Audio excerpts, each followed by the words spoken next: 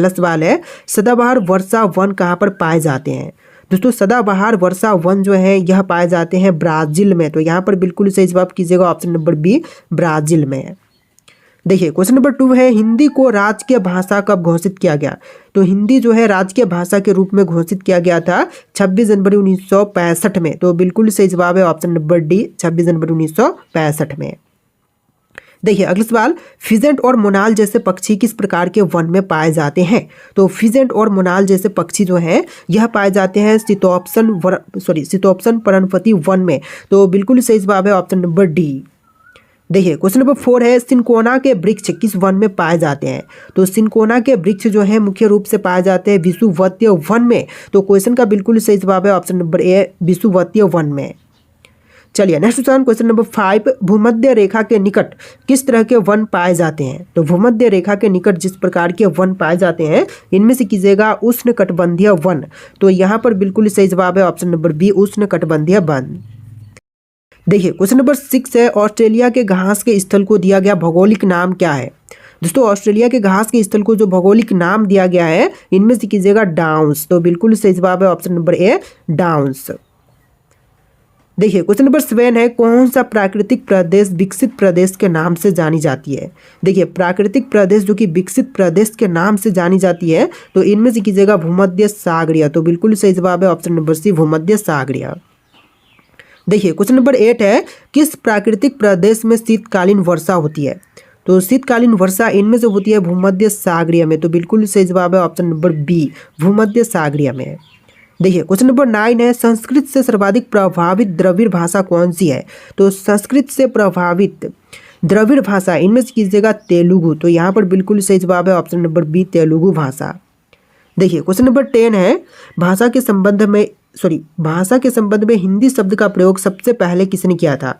तो सबसे पहले हिंदी शब्द का प्रयोग करने वाले इनमें से बताएंगे अमीर खुसरो। तो यहाँ पर सही जवाब कीजिएगा ऑप्शन नंबर ए, अमीर खुसरो। देखिए अगला सवाल गोवा की स्वीकृत राजभाषा कौन सी है। तो गोवा की जो स्वीकृत राजभाषा है इनमें से कीजिएगा कोंकणी। तो बिल्कुल सही जवाब है ऑप्शन नंबर ए, कोंकणी जो कि गोवा की स्वीकृत राजभाषा है। देखिए क्वेश्चन नंबर 12 है देश के लगभग कितने प्रतिशत भूभाग में दूरदर्शन की प्रसारण सुविधाओं का विस्तार है।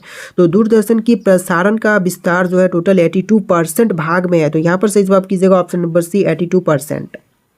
देखिए क्वेश्चन नंबर 13 है दूरदर्शन से रंगीन कार्यक्रमों की शुरुआत कब से हुई थी। तो दूरदर्शन से रंगीन कार्यक्रमों की शुरुआत जो है यह हुआ था 1982 में। तो यहाँ पर बिल्कुल सही जवाब कीजिएगा ऑप्शन नंबर सी, 1982 में। देखिए क्वेश्चन नंबर 14 है दूरदर्शन का दैनिक राष्ट्रीय कार्यक्रम किस वर्ष में आरंभ किया गया। तो दूरदर्शन का दैनिक राष्ट्रीय कार्यक्रम जो है इसकी शुरुआत हुआ था 1972 में। तो यहाँ पर बिल्कुल सही जवाब कीजिएगा ऑप्शन नंबर बी, 1972 में। चलिए क्वेश्चन नंबर 15 है भारत का सबसे ऊंचा टीवी टावर कहाँ पर स्थापित है। तो सबसे ऊंची टीवी टावर जो है इनमें से बताएगा फजिल्का में। तो बिल्कुल सही जवाब है ऑप्शन डी, फजिल्का में सबसे ऊंचा टीवी टावर स्थित है। देखिए क्वेश्चन नंबर 16 है पहली डाक टिकट कहाँ पर जारी की गई थी। तो सबसे पहली डाक टिकट जो है इनमें से जारी हुआ था कराची में। तो बिल्कुल सही जवाब कीजिएगा ऑप्शन नंबर बी, कराची में सबसे पहला डाक टिकट जारी हुआ था। चलिए नेक्स्ट क्वेश्चन डाक विभाग की स्थापना कब हुई थी। तो डाक विभाग की स्थापना जो है 1854 में हुआ था। तो यहाँ पर सही जवाब कीजिएगा ऑप्शन नंबर ए, 1854 में।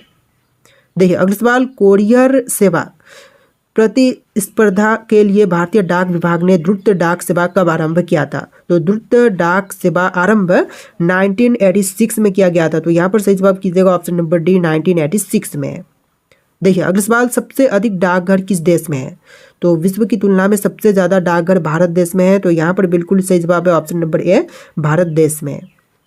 देखिए क्वेश्चन नंबर 20 है भारत में पहली SDT सेवा किन दो स्थानों के मध्य में शुरू की गई थी। तो पहली SDT सेवा जो है इसकी शुरुआत हुआ था लखनऊ से कानपुर के बीच में। तो यहाँ पर सही जवाब कीजिएगा ऑप्शन नंबर सी, लखनऊ से कानपुर के बीच में।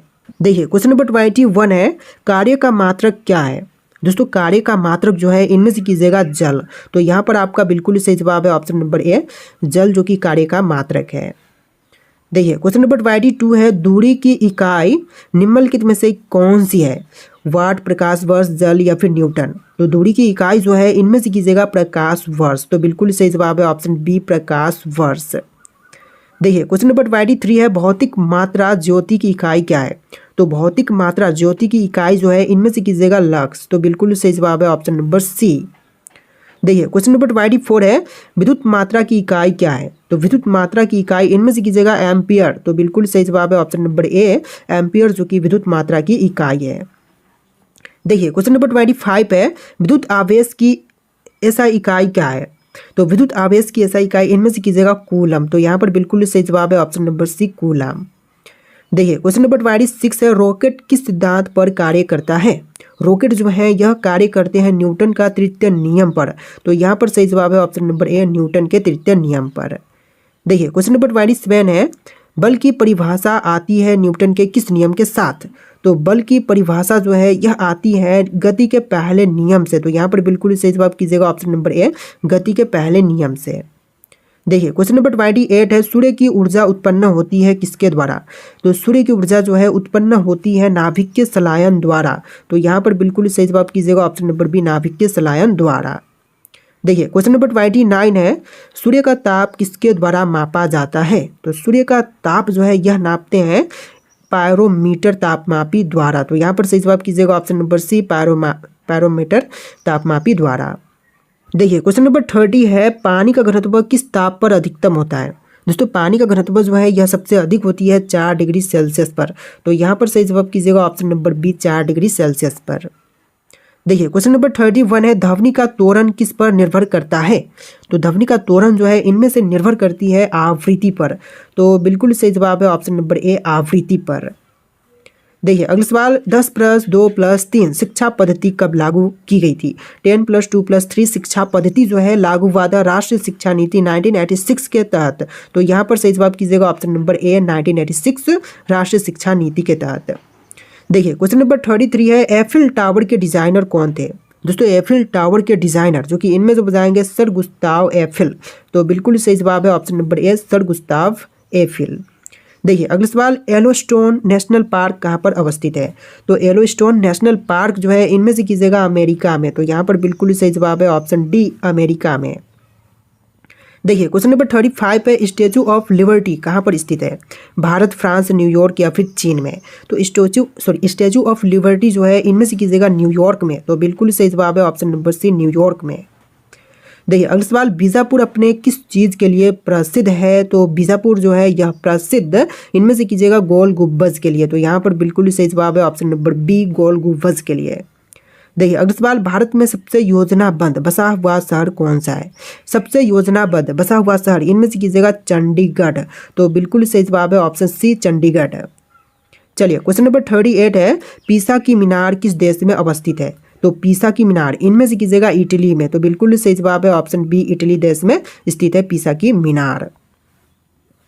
देखिए क्वेश्चन नंबर 39 है, जेरूसलम के लोगों का तीर्थ स्थल है। दोस्तों जेरूसलम के लोगों का तीर्थ स्थल इनमें से कीजिएगा सभी, जैसे कि ईसाइयों का, बुद्धियों का और मुसलमानों का, सभी लोगों का जेरूसलम जो है तीर्थ स्थल है।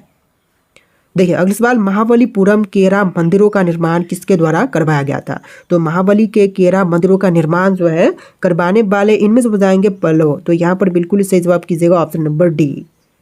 देखिए अगला सवाल, धर्मराज रथ स्मारक कहाँ पर स्थित है? तो धर्मराज रथ स्मारक जो है इनमें से कीजिएगा महाबलीपुरम में। तो बिल्कुल सही जवाब है ऑप्शन नंबर सी।